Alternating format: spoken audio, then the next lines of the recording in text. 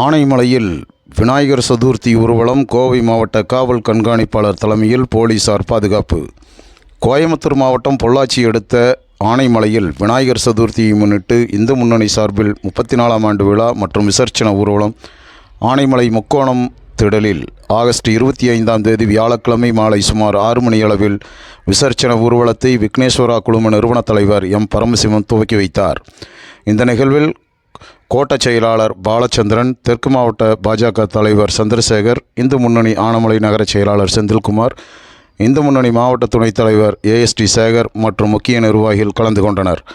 மேலும் ஊர்வலப்பாதையில் கோவை மாவட்ட காவல் கண்காணிப்பாளர் டாக்டர் கார்த்திகேயன் தலைமையில் போலீசார் தீவிர பாதுகாப்பு பணியில் ஈடுபட்டனர்.